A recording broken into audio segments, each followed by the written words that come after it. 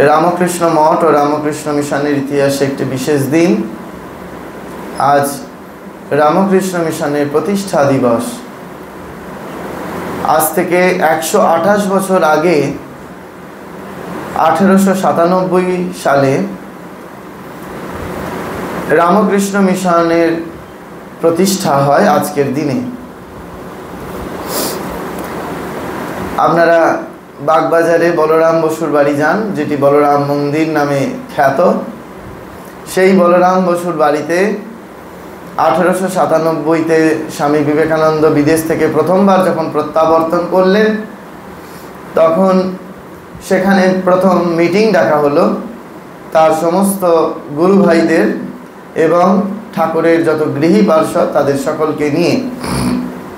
स्वामीजी बोललेन, আমরা যার নামে ঘর ছেড়েছি, যাকে উদ্দেশ্য করে জীবনে যাত্রা শুরু করেছি, তারই নামে সংঘ প্রতিষ্ঠা হবে। অর্থাৎ রামকৃষ্ণ সংঘ প্রথম নাম হলো, তারপরে নাম হলো রামকৃষ্ণ মিশন। সেই মিশনের আজ প্রতিষ্ঠা দিবস। যে রাম যে কৃষ্ণ ইদানিং সেই একই শরীরে রামকৃষ্ণ।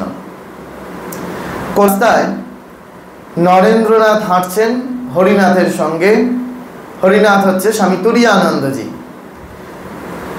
তুরীয়ানন্দজি জিজ্ঞেস করলেন নরেন্দ্রনাথকে, আচ্ছা শ্রীরামকৃষ্ণদেবকে তোমার কি বলে মনে হয়? তখন ঠাকুর অন্তর্ধান হয়ে গিয়েছে, শরীর স্থূল শরীর পরিত্যাগ করেছেন অপ্রকট কালে। নরেন্দ্রনাথ বলে উঠলেন, Shri Ramakrishna is a love personified. তার আগে বললেন LOVE, অর্থাৎ লাভ পার্সনিফাইড। এর বাংলা হচ্ছে ভালোবাসার ঘনীভূত মূর্তি। আমি আর কিছু জানি না। নরেন্দ্রনাথ বললেন, আমি আর কিছু জানি না, আমি এইটি বুঝেছি শ্রীরামকৃষ্ণদেব সম্বন্ধে যে তিনি হচ্ছেন লাভ পার্সনিফাইড, ভালোবাসার ঘনীভূত মূর্তি।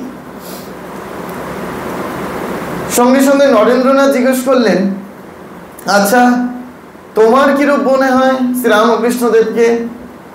তখন শিব মহিম্ন স্তোত্র থেকে একটি স্তোত্র উদ্ধৃতি দিলেন স্বামী তুরীয়ানন্দ, তৎকালীন সময়ের হরিনাথ। কারণ সেই সময় তিনি খুব শাস্ত্র চর্চা করেন, সংস্কৃত চর্চা করেন। তিনি বললেন যে যেমন শিবের মহিমা লিখে শেষ করা যায় না, ঠিক সেরকম, ঠিক সেইরূপ যদি এই কল্পতরু বৃক্ষ লেখনী হয়, সমুদ্রের জল যদি কালি হয়, হিমালয় পর্বত যদি লেখার কাগজ হয়, তাহলেও তা মহিমা লিখে শেষ করা যাবে না। স্বামী বিবেকানন্দ যেটি বলতে চাইলেন যে Sri Ramakrishna is the love personified, তিনি কি না, তিনি ভালোবাসতে এসেছেন, ভালোবাসা শিখিয়েছেন।